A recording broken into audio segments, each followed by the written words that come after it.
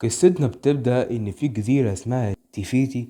جزيرة عندها قلب بتخلي الحياة جميلة، لكن الكل بيطمع في قلبها، وده بيظهر في شخص خارق بيتحول لحيوانات كتير اسمه ماوي. فده سرق قلبها وبدت الحياة تضلم وهرب بيها، وبيظهر له تيكا الشيطان الأرض. وفضلوا يواجهوا بعض لحد ما طلع الخطاف بتاع ماوي، وقلب تيفيتي ضاع هو كمان، وقعدوا 1000 سنة يدوروا على القلب. وتظهر جدة موانا بتحكي للأطفال، وهما الأطفال خايفين، لكن موانا مشدودة للكس قوي. بيجي أبوها عشان ياخدها، بيضحك مع العيال الصغيرة إن مفيش وحوش، ويشدوا الستارة وتخرج موانا تسرح عند الشط. بتلاقي قلب تيفيتي بتمسكه، يجي أبوها بيدور عليها ياخدها، ويمشي ويحذر أبوها إنك متجيش هنا تاني يا موانا، وتروح مع أبوها وأمها تعيش مع قبيلتها. وكل ما تروح عند الشط أبوها يوقفها، وتفضل على الحد لحد ما تكبر وتروح عند الشط هي وجدتها بيغنوا هناك. في مرة بتقول لها جدتها خلاص روح يا موانا، يجي أبوها يقول لها انت رايحة فين، يمسكها ويوديها عند التل المقدس يقعد يتكلم معاها. يقول لها انت كنت رايحة تعملي ايه يا موانا، تقول له انها كانت رايحة تشقر على المراكب اللي هناك. فما بيصدقهاش أبوها، وبتفضل عايشة على الروتين بتاعها في الجزيرة، تصحى تعمل وهكذا بقى. فبيجي شخص يقول لأبوها إن الفخاخة اللي بيحطها في البحر بطلت تجيب سمك زي الأول، فتقول موانا أنا لازم نروح عند شبه مرجانية نعرف فيه. فيوقف أبوها يقول لها محدش هيروح هناك، ويرفض فكرتها وتزعل موانا. تيجي أمها تلاقيها زعلانة تتكلم معاها، تقول لها متزعليش أبوكي كان زيك، وتحكي لها إن أبوها كان عنده عقدة من البحر، لأنه في مرة كان البرق شديد قوي والأمواج كانت عالية ونجد منها بعجوبة. وتخلص أمها كلامها وتمشي، وتقعد موانا مع نفسها تغني والحماس ياخدها. فجأة تروح تركب المركب وتمشي في المية، فالموج بيبقى عالي ويحصل نفس اللي حصل لأبوها، وترجع للشط بس تتصاب إصابة خفيفة في رجليها. تشوفها جدتها تقول لها وهتقول أهلي يا جدة، تقول لها ما تخافيش يا بنت، ده أنا جدتك ستر وغطى عليك. تاخدها جدتها عند الكهف قديم فيها المركب بتاعت أجدادها، وتحكي لها إنهم كانوا رحالة، وتفرح موانا إن أجدادها طلعوا كانوا رحالة. وتقول له طب ليه وقفت طب يا جدة، تقول لها جدتها عشان الظلام اللي هل علينا يا بنتي بسبب باوي اللي سرق قلب تفيتي، وتيكا الشيطان خلى مفيش سمك في الجزيرة. فتقول لها بس في يوم هيجي حد ويعدي الشعب المرجانية، وتقترح عليها ممكن تروحي انتي ترجعي قلب تفيتي، بس لازم تقابلي ماوي، يمكن تلاقيه عند المنطقة اللي فيها النجوم دي، بس لازم المحيط يختارك. فتفرح موانا ومصدقش نفسها، تقول لها انها هتروح تقول لهم، وتيجي تروح عند ابوها تقول انها هتروح تعدي الشبكة المرجانية عشان تحل مشكلة السمك. تتعصب ابوها ويمشي، يقول لها انه رايح يحرق المراكب عشان ترتاحي وما تروحيش هناك تاني. وبيجي لهم خبر ان امه في اخر ايامها، فيجروا يلحقوا يودعوها. تقول جدتها لموانا في ودنها روح يا بت، وتسيب اهلها وهما متلهين في جدتها وتمشي تحضر حاجتها. تيجي امها تودعها وتحضر موانا المركب وتمشي بالمركب. بتلاقي الديك بتاعها ركب معاها ويقع في البحر، وتقول يا ديك امي، وتنزل تجيبه كان هيقع تاني وتحطه ده انت يا ابني ديك كلب. وتفضل ماشية في البحر لحد ما تشوف المحيط اللي فيه النجوم، وتحاول تروح هناك، لكن بيحصل برق وأمواج بتوقعها.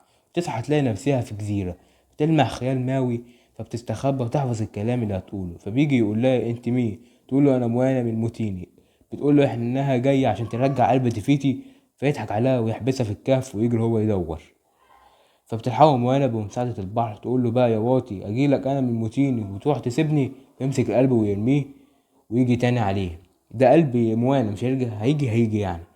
بيشوف القراصنة الصغيرين طول عليهم دول كيوت، لكن بيطلعوا اسطول عايزين يموتوهم. فيفضل ماوي يهرب من وسطهم، لكن هم كتار. بتروح موانا تضربهم، لكن كل ما تضربهم يزيدوا اكتر. بيركبوا المركب ويهربوا منهم. تقعد موانا تتكلم معاه وفين لما دماغه تلين ويوافق. وبعد كده بتنام وبتحلم انها رجعت لأهلها، بس الظلام بياخد الجزيرة. وتصحى من الكابوس ويوصلوا للجبل. يقول لها ماوي يلا نطلع الجبل ده، تقول له هو احنا رايحين فين، يقول لها احنا رايحين عالم الوحوش. فبيطلعوا ويدخلوا جوه، والبوابة بتتقفل عليهم، وبيشوفوا وحوش غريبة بتطاردهم. فبتستخبى وتشوف غرفة غريبة مليانة دهب. بيشوف الخطاف بتاع ماوي، بيشوفه يقول لها خليكي هنا وانا اروح اجيبه، فتقول له لا انا اروح اجيبه. فبيطلع عليها كابوريا ضخ بيمسكها ويقول لها انت مين، تقول انا بني ادمه انت مين. فبياخدها عشان ياكلها. يجي ماوي ينقذها، ياخد الخطاف بتاعه ويحاول يضربه، ويمسكه الكابوريا يقعد يمرمط فيه ويضربه. تيجي موانا تقول له انا معايا قلب تفيتي تعالى خدها اهي، تضحك عليه وتساعد ماوي يطلعوا من البحر ويركبوا المركب. تلاحظ موانا ان ماوي زعلان ومش عايز يتكلم معاها، ويتكلموا مع بعض، وتحاول موانا تخرج ماوي من موده الحزين. وهما ماشيين بالمركبة بيشوف الشيطان تيكا يقول لموانا هات القلب وياخدها منها ويحاول يواجه تيكا ويدخلوا في معركة كبيرة، وفي الآخر ما يقدرش يماوي عليه وبيرجع المركبة تشوفه موانا تقول له حصلك حاجة، يوراه الخطاف بتاعه يقول ده اتكسر عشان أنا حمار، ويتضايق ويزعل يقول لها انت مش هتعرفي ترجعي قلب تفيتي. ترد عليه موانا مش انت اللي تقرر، انا المحيط هو اللي اختارني، ويتحول ماوي لصقر ويهرب منها. تزعل موانا تدي القلب للبحر وتظهر لها روح جدتها تقول لها كملي يا موانا روح رجعي قلب تفيتي، وتسمع موانا كلام جدتها وتغطس في البحر تجيب القلب تاني، وتقرر قرار نهائي انها تروح تواجه تيكا واللي يحصل يحصل. تقرب منه طبعا الشيطان بيقلب الدنيا يفضل يزقها، لكن موانا بتهرب منه لحد ما الشيطان بيتعصب ويعلي الموج، وتحاول موانا تمسك بالقلب عشان ما يضيعش، وبتفضل تحدف بالمركب بأقصى سرعة عشان تعدي، ويزيد غضب الشيطان بيرجع ماوي تاني عشان ينجزها يقول لها روحي انت هناك ورجعي القلب وانا هحاول اواجهه، وتشكره موانا ويروح ماوي يضربه وتمشي موانا بالمركب، ويواجهه ماوي ويجننه فبيكسر المركب بتاعة موانا وتعوم وتطلع على الشط تمسك القلب وترفع ايديها تقول ماوي سيبه وانا هتصرف معاه. بيتشق البحر وبيهرب الشيطان عندها تمسك موانا القلب وتقرب منه تقول له انا عارفة انت مين، وتدخل القلب في دماغه، تطلع تفيتي وهي اتحولت لشيطان الارض وبترجع زي ما كانت، والظلام بيروح وترجع كل حاجة زي ما كانت بالظبط. يشكرها ماوي انها مشيت الضلمة ورجعت الحياة زي ما كانت.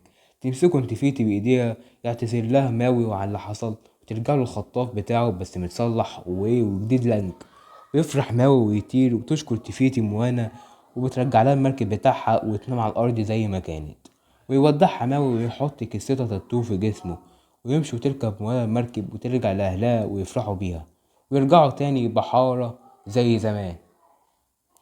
متنساش تشترك في القناة وتفعل زرار الجرس اللي جنبي ده عشان يوصلك كل الفيديوهات، واعمل لايك للفيديو ده عشان اللايك ده بيخلينا نكمل في المحتوى.